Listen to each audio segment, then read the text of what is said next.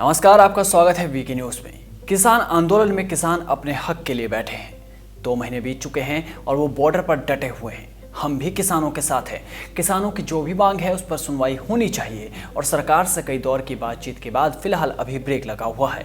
पर इस आंदोलन के नाम पर कुछ लोग अपना प्रोपेगेंडा चलाने से अभी भी बाज नहीं आ रहे और हमारी मुहिम उन लोगों के खिलाफ ही है जो इस आंदोलन के नाम पर अपनी रोटियां सेक रहे हैं और लगातार फेक न्यूज़ फैलाने में लगे हुए हैं। और ऐसे ही एक खबर सुबह सामने आई। जी हाँ, आप ये ट्वीट देखिए। ट्वीट किया है योगेंद्र यादव ने और लिखा है, ब्रेकिंग, फिरोजपुर मुंबई पंजाब मेल को रोहतक से रेवाड़ी की ओर डाइवर्ट कर दिया गया है। और इसका कारण बताते हुए लिखा गया है कि इसमें 1000 किसान दिल्ली आ रहे थे, इसलिए ये किया गया।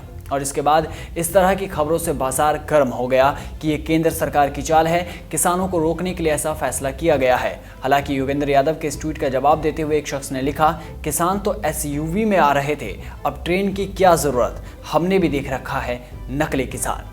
एक और यूजर ने तो इनकी गिरफ्तारी की बात कही और लिखा, आपको अभी तक गिरफ्तार क्यों नहीं किया गया?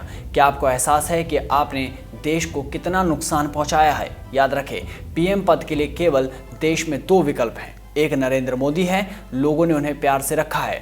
दूसरा नाम आप खुद ही पढ़ लीजिए ट्वीट पर क्या लिखा है, जिसे उनकी ही पार्टी ने खारिज कर दिया, आप उसे चाहते हैं। अब यहाँ ध्यान देने वाली बात यह है कि योगेंद्र यादव एक इच्छाधारी आंदोलनकारी हैं जो फिलहाल किसान बने हुए हैं। ये एक अवसरवादी नेता है जो सीएए के दौरान भी नजर आए थे। बता दें कि ये कभी आम आदमी पार्टी में थे और वहां से निकलने के बाद इन्होंने अपनी अलग पार्टी बनाई। वो बात अलग है कि जमानत भी जब्त हो गई।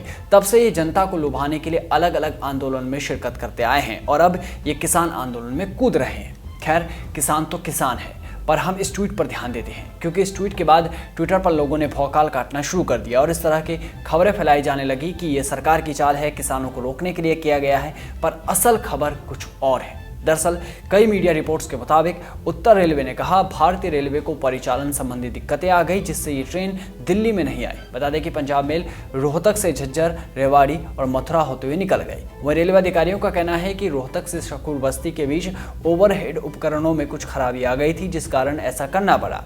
सिर्फ एक ट्रेन ही नहीं, कई और ट्रेनों के रूट भी डाइवर्ट करने पड़े हैं। बता दें कि दूसरी ट्रेन जो पंजाब और हरियाणा के कई स्टेशन से होकर गुजरती है, उनको भी बहादुरगढ़ में थोड़े समय के लिए प्रतिबंधित किया गया। उत्तरी रेलवे के प्रवक्ता ने कहा, परिचालन कारणों से ट्रेन को डाइवर्ट किया गया। वहीं राजस्थान के गंगानगर से दिल्ली आने वाली ट्रेन जो पंजाब और हरियाणा से गुजरने वाली थी, उसकी यात्रा हरियाणा के बहादुरगढ़ में ही समाप्त कर दी गई।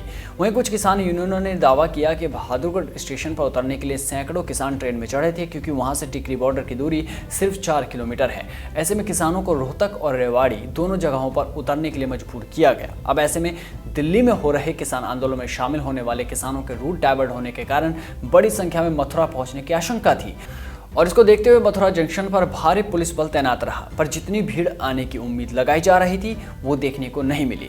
मथुरा स्टेशन पर सामान्य भीड़ ही नजर आई। तो जाहिर है कि सिर्फ कुछ दिक्कतों के कारण रेल के रूट डाइवर्ट किए गए और अब इस बात को लेकर प्रोपेगेंडा फैलाना और भोले भाले किसानों को भड़काना ये लोग कब तक जारी रखेंगे, ये एक बड़ा सवाल है। ऐसे कई सारे लोगों ने भोले भाले किसानों को बहलाया, फुसलाया और उन्हें बॉर्डर पर लाकर खड़ा कर दिया और अब उनके नामों पर अपनी रोटियां सेकने में लगे हैं और हम ऐसे प्रोपेगेंडाबाजों और गिद्ध गैंग की असलियत आपके सामने लाते रहेंगे। तो बने रहिए वीके न्यूज़ के साथ। नमस्कार।